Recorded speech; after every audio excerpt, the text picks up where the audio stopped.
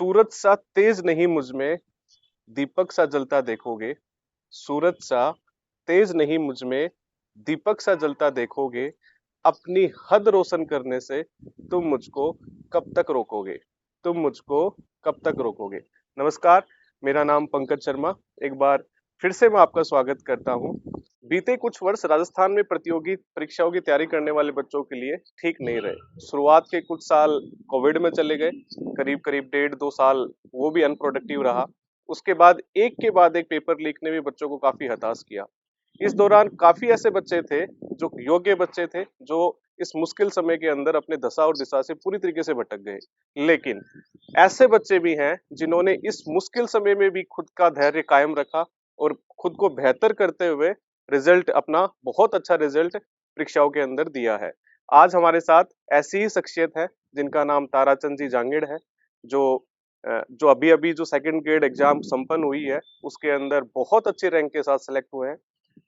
मैं ताराचंद जी आपका बहुत बहुत स्वागत करता हूँ। थैंक यू पवन जी। मैं चाहूंगा ताराचंद जी एक बार आप हमारे व्यूअर्स को अपने बारे में थोड़ा जनरल इंट्रोडक्शन दे, बताइए आप। First of all thank you sir for having me on your channel. मेरा नाम ताराचंद जांगीर है। मैं जोधपुर जिले के एक छोटे से गांव का रहने वाला हूँ, जो जोधपुर से लगभग 25 किलोमीटर दूर है। मेरा जन्म गांव में ही हुआ, मेरा बचपन भी गांव में ही गुजरा और मैंने अपनी 10वीं तक की स्कूलिंग गांव में ही की। उसके बाद में कारणवश कुछ मेरी जो आर्थिक परिस्थितियां थी वो अच्छी नहीं थी, इसलिए मुझे स्कूल छोड़नी पड़ी और मैंने जॉब करना स्टार्ट कर दिया। उसी दौरान मुझे थोड़ा रियलाइज हुआ कि नहीं, मुझे अपनी पढ़ाई कंटिन्यू करनी चाहिए। तो एज ए प्राइवेट स्टूडेंट मैंने 12th पास आउट किया और फिर मैंने अपनी पढ़ाई कंटिन्यू की और फिर मैंने एमए भी किया, बीएड की। और 2020 तक तो मेरा कुछ ऐसा ख्याल नहीं था, गवर्नमेंट जॉब की तरफ मेरा कोई रुझान नहीं था। लेकिन कोविड के बाद में मैंने सोचा कि मेरे पास एक जॉब हो तो एक फाइनेंशियल स्टेबिलिटी रहेगी। इसलिए मैंने उसके बाद मैंने कंपटीशन एग्जाम की तैयारी शुरू की। और चूंकि मुझे बाकी किसी फील्ड में तो नहीं जाना था, मुझे टीचिंग की जॉब अच्छी लगी, इसलिए मैंने सेकेंड ग्रेड और रीट की तैयारी की और दोनों को मैंने क्लियर किया। अच्छा अच्छा, आपका अ, अपने अपने जनरल इंट्रोडक्शन बताया, इसमें सीधा ये पता लग रहा है कि आप एक सामान्य घर से आते हैं और जो संघर्ष है वो आपका लंबा हम्म। रहा है। मैं ग्रेड थर्ड का आपका स्कोर कार्ड जानना बिल्कुल। चाहूंगा कि ग्रेड थर्ड में आपका क्या स्कोर रहा? ग्रेड थर्ड में ऐसा है कि जो सबसे पहले 2021 में भर्ती हुई थी, तो वो मेरा पहला एक्सपीरियंस था कंपटीशन एग्जाम का। तो उस समय क्योंकि सभी कोरोना में घर पे ही बैठे थे, मैं भी बैठा ही था, तो मैंने कहा क्यों नहीं तैयारी की जाए। और मैंने उस दौरान लगभग 4 से 6 महीने स्टडी की थी ऑनेस्टली। तो वो काफी अच्छा पेपर गया था, हालांकि वो बाद में रद्द हो गया। और उसमें मेरा लगभग 130 के आसपास स्कोर था।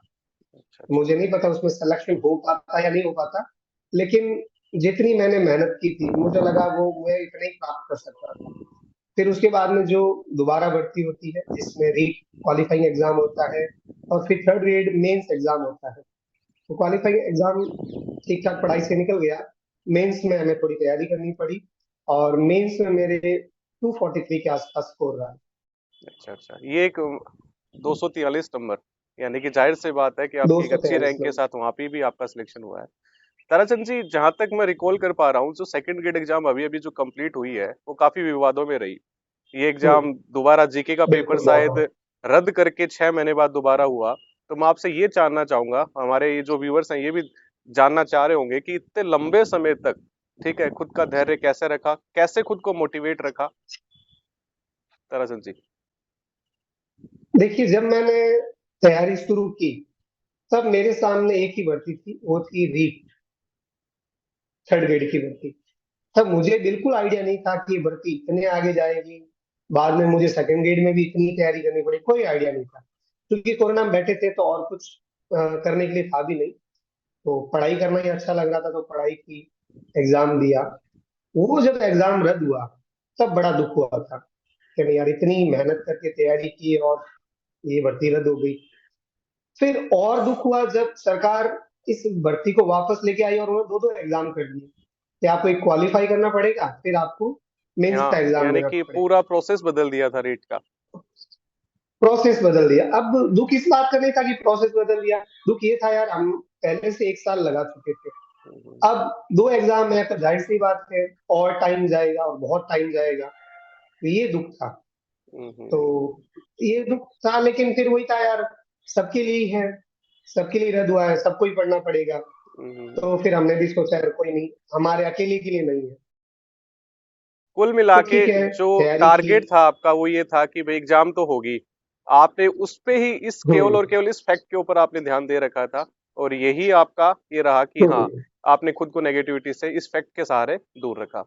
ताराचंद जी, मैं ये जानना हम्म। चाहूंगा आपसे कि दोनों ही एग्जाम, जो ग्रेड थर्ड है जो ग्रेड सेकंड है, उसके अंदर बहुत अच्छी रैंक के साथ आपका हम्म। सिलेक्शन हुआ है।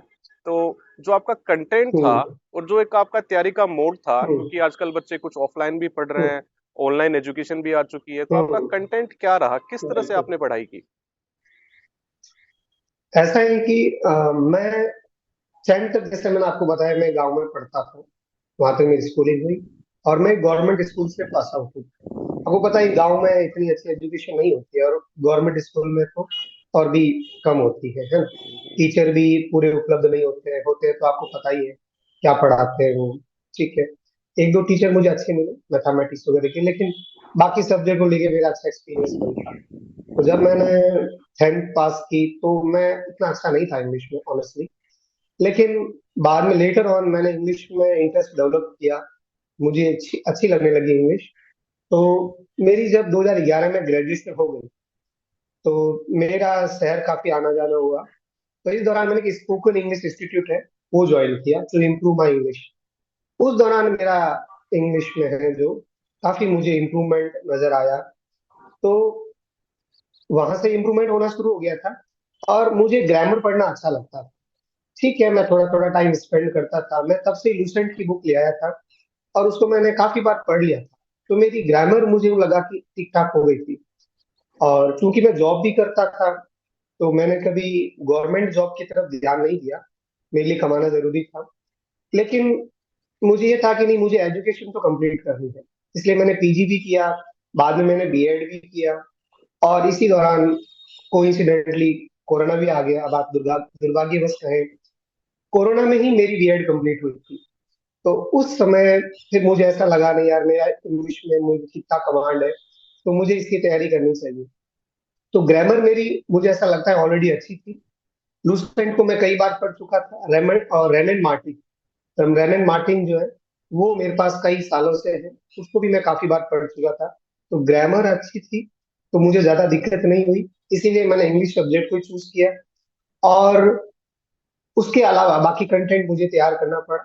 कोचिंग तो मैंने कभी ज्वाइन नहीं की, जो मैं ले आया आपके हूँ। जो हम्म। बात से मुझे इतना पता लगा है कि आप जो आजकल जो चकाचौंध है उससे काफी दूर रहे, और जो हम्म। सच है, जो रियल फैक्ट है कि जो सिलेबस है उसके अनुसार आपने कंटेंट का चुनाव किया, और जो ऑथेंटिक बुक्स हैं उनको ध्यान में रख के आपने तैयारी की है। हम्म। बिल्कुल, मैंने केवल वही देखा। और मैं जो भी व्यूअर्स है उनको ये बात भी कहना चाहूंगा कि आप कोई भी कंपटीशन एग्जाम की तैयारी करें, आप सिलेबस पे स्टक रहे। जो भी आपका सिलेबस है उसके अकॉर्डिंग अगर आप चलते और तैयारी करते हैं ना, तो आपको ज्यादा सोचने की जरूरत नहीं है। आज के इस दौर में जहाँ डिजिटल प्लेटफॉर्म भी है, बच्चे पढ़ ऑनलाइन तैयारी करते हैं, यूट्यूब के माध्यम से भी पढ़ते हैं, और भी बहुत सारे कोचिंग वाले हैं जो कोर्स भेजते हैं अपना ऑनलाइन। तो बच्चों के पास कंटेंट बहुत ज्यादा हो गया है, तो बच्चे जो है वो डिस्ट्रैक्ट हो जाते हैं।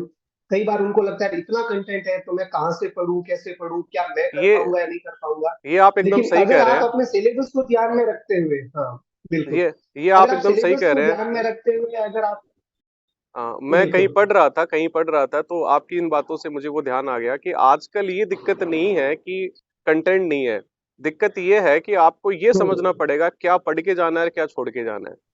बिल्कुल सेलेक्टिव कंटेंट आपको पढ़ना है। और कई बार जब आप फर्स्ट टाइम तैयारी करते हैं तो आपको नहीं पता होता है कि मुझे क्या पढ़ना है, कौन सी बुक्स पढ़नी है, क्या छोड़ना है। तो जब मैंने 2021 में रीट की तैयारी की तो मुझे ये एक अच्छा एक्सपीरियंस रहा। बुक्स में ले आया था कुछ एक, लेकिन मैंने पढ़ी उसमें से कुछ एक ही थी। मैंने कहा, मुझे एक बात समझ में आ गई थी कि सिलेक्शन होगा तो कुछ जो हम ढंग की बुक पढ़ेंगे उनसे ही हो जाएगा। और उस दौरान मुझे किसी ने एक बात भी बोली थी कि आप 4 किताबें लाके उनको एक-एक बार नहीं पढ़े, एक किताब को 4 बार ढंग से पढ़ लें, तो आपको सिलेक्शन से कोई नहीं रोक सकता। ये कितनी बड़ी और बात यही कही है बात मैं आपने। वही दिमाग में रखकर वही है कि प्रैक्टिस, मतलब ऐसा नहीं है कि आप किताबों का ढेर लगा दो। आप एक बुक ले आओ, उसमें भी सब कुछ है। एक ऑथेंटिक आप बुक ले आओ और उसकी बार बार प्रैक्टिस करो। आपका बेस क्लियर हो जाएगा और आपकी एग्जाम क्लियर हो जाएगी। बिल्कुल, बहुत ज़्यादा कंटेंट हमेशा प्रॉब्लम क्रिएट करता है और आपको हमेशा एम्बिगुइस कर देता है। आपको नहीं समझ में आता है मुझे कहाँ से पढ़ना, कहाँ से नहीं पढ़ना। तो आप सल एक बार मैं एक मैंने कहानी पढ़ी थी कि जिसमें एक बंदा होता है, कहानी सबने सुन रखी होगी, जिसमें वो है ना पेड़ काटने के लिए अपना ज़्यादातर जो टाइम है, वो औज़ार को शार्प करने में बिताता है। हम्म। यानी उसकी पेड़ काटने से पहले प्रिपरेशन अच्छी होती है, तो पेड़ काटने में टाइम नहीं लगता है। तो यही बात मैं कहना चाहूंगा कि आप पहले है ना एक प्लानिंग बना लो कि मुझे ये पढ़ना है, इतना पढ़ना है, ऐसे पढ़ना है। उसके बाद में उस तरफ ध्यान नहीं देना है। पहले आप वहां पे अपना खूब टाइम स्पेंड कर लें। मुझे कौन सी बुक पढ़नी है, इसके लिए आप यूट्यूब पे अच्छे से सर्च कर लें, दोस्तों से राय ले लें, टीचर से मिल लें, उनसे अच्छे से गाइडेंस ले लें, ताकि बाद में आपको भटकना नहीं पड़े। होता है कि हम एक बार शुरुआत कर देते हैं, फिर आधे रास्ते जाते हैं, फिर सोचते हैं नहीं यार ये बुक मेरे लिए सही नहीं है, फिर हम और बुक लाते हैं, ऐसे करके कंटेंट भी इकट्ठा हो जाता है और ढंग से पढ़ भी नहीं पाते। ये आप कितनी सही बात बता रहे हैं। जो गांव ढाणियों में, जो गांवों के अंदर बच्चे बैठे हैं, जिनके पास वो कंफ्यूज रहते हैं कि यहाँ से पढ़े, ये कोचिंग करें, ये बुक लाएं, उनके लिए कितनी अच्छी बात आपने कही है कि आप एक सिलेबस को ध्यान से देखो। सिलेबस के अनुसार आप एक अच्छी ऑथेंटिक बुक आप टॉपिक वाइज ले आओ और उसकी बार बार प्रैक्टिस करो। जो पुराने पेपर्स हैं, जो क्वेश्चन पेपर है, उनकी प्रैक्टिस करो, उनके अनुसार तैयारी करो। आपकी एग्जाम क्लियर हो जाती है। इतनी कोई बड़ी बात नहीं है ये। मैं ताराचंद जी आगे नेक्स्ट आपसे ये बिल्कुल पूछना आराम से हो चाहूंगा। जाता है। अपनी बातचीत के दौरान मैं आपसे ये जानना चाहूंगा कि बिल्कुल। जो सेकंड ग्रेड का जो पेपर है, जो फर्स्ट पेपर है, उसके अंदर बिल्कुल। जीके है, उसकी तैयारी कैसे की है आपने? अगर आपको मैं अलग अलग ये पूछना चाहूँ कि दो पेपर होते हैं सेकंड ग्रेड के अंदर, एक जीके का पेपर होता है, एक सब्जेक्ट का पेपर होता बिल्कुल। है। तो आपने जीके की तैयारी कैसे की? उसके बाद बिल्कुल। मैं सब्जेक्ट के बारे में पूछूंगा आपसे। बिल्कुल। चूंकि सेकंड ग्रेड से पहले मैं रीट की तैयारी कर रहा था, तो काफी अच्छा आइडिया हो गया था कि जीके कैसे पढ़ा जाता है, कहाँ से पढ़ना है, कितना पढ़ना है, कौन सी चीजें पढ़नी है, कौन सी छोड़नी है। क्योंकि सारा पढ़ना भी आसान नहीं होता, आप सब कुछ पढ़ के सारा याद नहीं रख सकते। तो ये स्टूडेंट को ये भी आना चाहिए कि मुझे क्या कंटेंट छोड़ना है, ताकि कंटेंट लिमिटेड हो जाए और आप उसे पढ़ सके। बहुत बार स्टूडेंट क्या होता है कि सब कुछ पढ़ लेते हैं, एक आध क्वेश्चन कभी डिटेल में पूछ लेते हैं तो बच्चों को लगता है सारे क्वेश्चन डिटेल से आएंगे, इसलिए सभी हम्म। टॉपिक को बहुत डिटेल में पढ़ते हैं। मेरा ये नहीं था। मेरा ये था कि मैं हर टॉपिक को ओवरव्यू लेके अच्छे से पढ़ता था। कुछ मुझे लगता है इंपॉर्टेंट है उसको मैं डिटेल में जरूर पढ़ता था। तो रीड की तैयारी के दौरान मेरी जीके काफी अच्छी हो गई थी। फिर जब ये सेकेंड ग्रेड की वैकेंसी आई, तो मेरे दिमाग में क्लियर था कि मुझे ज्यादा कंटेंट नहीं पढ़ना है, कम पढ़ना है और उसी को बार बार पढ़ना है, क्योंकि practice makes a man perfect. इस प्रोव में मेरा बिलीफ था और इसी को मानते हुए गाइड ले आया था लक्ष्य। और लक्ष्य गाइड में जो जैसा कंटेंट था उसी अकॉर्डिंग मैंने तैयारी की, और उससे जीके मेरी, मैंने इधर उधर आप ध्यान भी नहीं बार बार इसी फैक्ट पे हो कि आपने किताबों का ढेर नहीं लगाया, केवल और केवल आप एक ऑथेंटिक बुक दिया। ले बिल्कुल। आए और उसी की प्रैक्टिस आपने बार बार की। हम्म। ठीक है। ताराचंद जी, आप बिल्कुल। जो सेकंड पेपर है, जो इंग्लिश का पेपर है, उसके अंदर लिटरेचर है, हम्म। काफी लिटरेचर है। और बच्चों ने बताया कि इस बिल्कुल। बार काफी लिटरेचर बिल्कुल। पूछा भी गया पेपर के अंदर। और दूसरा जो है उसके अंदर ग्रामर है। बिल्कुल। तो आपने इन दोनों विषयों की तैयारी कैसे की? बिल्कुल। जैसा मैंने पहले ही बताया, ग्रामर मेरी ठीक ठाक थी, मुझे पढ़ना पसंद भी था, तो ग्रामर आज काफी ठीक हो गई थी। तो जब मैंने सेकंड ग्रेड की तैयारी करना शुरू किया, सिलेबस देखा, तो मैंने देखा लगभग आधे क्वेश्चन ग्रामर के आते हैं। तो सबसे पहले मैंने पुराने सालों के क्वेश्चन पेपर देखे, तो भाई उनमें कितनी क्या पूछा जाता है, उसी अकॉर्डिंग यानी तैयारी कि की जो जाए। आप ये कह रहे हो, ये कितना जरूरी है यहाँ पे इस बिंदु को पकड़ना कि आपकी तैयारी शुरू होती है सिलेबस, और सिलेबस के बाद जो दूसरा जो सिलेबस से। ऑप्शन है, सॉरी, दूसरा जो स्टेप है, वो है पुराने साल के पेपर्स, यानी आपको को उनको देखना पुराने पड़ेगा। साल, बिल्कुल उसी से आपको आइडिया मिलेगा कि आपको क्या पढ़ना है। कई बार आप अंधे के सीधा ही भीड़ में कूद जाते हो, आपको समझ भी नहीं आता कहाँ जाना है, कैसे जाना है। तब क्वेश्चन पेपर देखते हो पुराने पिछले सालों के, तो आपको ये आइडिया हो जाता है यार मुझे ये चीजें अच्छी करनी है। उससे आपको अपना वीक एरिया भी पता चल जाता है, ये चीजें मुझे नहीं आ रही है। तो मेरा हमेशा यही था कि मुझे क्या नहीं आ रहा है वही प्रिपेयर करना है। तो जब मैंने पिछले सालों क्वेश्चन पेपर देखे, तो मुझे लगा नहीं, ग्रामर मुझे इतनी पढ़ने की आवश्यकता नहीं है। अब जब मैंने सिलेबस देखा तो मुझे पता चला यार बहुत वास्ट सिलेबस है। इसमें फोनेटिक्स भी है, लिटरेचर है जिसमें इंडियन लिटरेचर भी है, फॉरेन लिटरेचर भी है, वो सब पढ़ना है। फिर इसमें हम जाते हैं तो लिटरेरी टर्म्स हैं, फिगर ऑफ स्पीच है, कई चीजें थी जो हमें प्रिपेयर करनी थी। तो उसके लिए फिर मेरे पास ज्यादा कंटेंट नहीं था, तो सबसे पहले मैं एक बुक ले आया था, दक्ष नाम की, बीके रस्तोगी सर की। अच्छा, आपने जो अच्छी इंग्लिश किताब के है, लिए जो ठीक है। बुक आपने चुनी वो थी बीके रस्तोगी की, दक्ष दक्ष पब्लिकेशन से आती बीके होगी वो। रस्तोगी, अच्छा। मैं वो लाया था। मैं ये नहीं कहूंगा कि मतलब वो बहुत अच्छी किताब है या सबको पढ़नी चाहिए, लेकिन उसमें बहुत ब्रीफ दिया हुआ था। लेकिन कई बार होता है ना, आप तो एक बार आपको ब्रीफ पढ़ना बहुत जरूरी होता है, ताकि आपको ओवरव्यू मिल जाए, आपको समझ में आ जाए कि हाँ ये कंटेंट है, और अब मैं चाहूँ तो और इसे डिटेल में स्टडी कर सकता हूँ। तो इस हिसाब से मुझे बुक ठीक लगी। कुछ दिन में वो बुक कवर हो गई और लिटरेचर थोड़ा थोड़ा मुझे समझ में आ गया। फिर जब मैंने क्वेश्चन पेपर देखे, मुझे पता चला ये क्वेश्चन यहाँ यहाँ से पूछे जाते हैं। तो उसी अकॉर्डिंग फिर मैंने जो इंडियन लिटरेचर है और जो पीरियड्स है इंग्लिश लिटरेचर के, literary terms of figure of speech है, ये सब चीजें मैंने गूगल पे सर्च किए एक एक करके, और सबके अपने में ब्रीफ में नोट्स बनाते रहे जो जो मुझे नहीं आ रहा था। यानी और कि फिर आपने एग्जाम के दौरान मैंने उन्हीं को स्टडी किया। आपने मतलब कि एक एक जो बुक है उसको ध्यान में रख के आपने शॉर्ट नोट्स अपने खुद के बनाए। बिल्कुल। कि कितना हाँ, जरूरी है उसी कि बुक्स को एग्जाम के एक बार टाइम पे, पढ़ा। एग्जाम जैसे जैसे नजदीक आती है उस टाइम तक आपको दोहराना बहुत जरूरी होता है, यानी कि आप कितनी बार चीजों को रिपीट कर रहे हैं, ये कितना जरूरी होता है एग्जाम के नजदीक। और फिर जब एग्जाम आती है उस दौरान आप किताबों को पास में नहीं रख सकते, किताबें उस टाइम तनाव देती है। तो कितना जरूरी होता है शॉर्ट नोट सीखना, और उन्हीं को बार बार आप फैक्ट को उन फैक्ट्स को दोहराना, ये बात आप बता रहे हैं। बिल्कुल, ये मुझे रीट के एग्जाम के समय अनुभव हो गया था कि हम जब एग्जाम हमारा नजदीक आता है, एक दो महीने रह जाते हैं, तब नए कंटेंट पढ़ने का कोई मतलब नहीं है। जो आपके पास में पुराना कंटेंट है, जो आपने ऑलरेडी पढ़ लिया है, चाहे भले ही आपने 5-10% कम पढ़ा है, उससे कोई फर्क नहीं पड़ता। कि कंपटीशन का दौर है, अगर आपने ढंग से और मानसिक स्वास्थ्य को अच्छा रखते स्टडी की है, तो आपको कोई दिक्कत नहीं आएगी। तो मेरा यही था कि मैंने बाद में जो भी एग्जाम दिए, एग्जाम के दिनों में नया कुछ नहीं पढ़ता था। मेरे पास जो कंटेंट है, मैं उसी को रिवाइज करता था।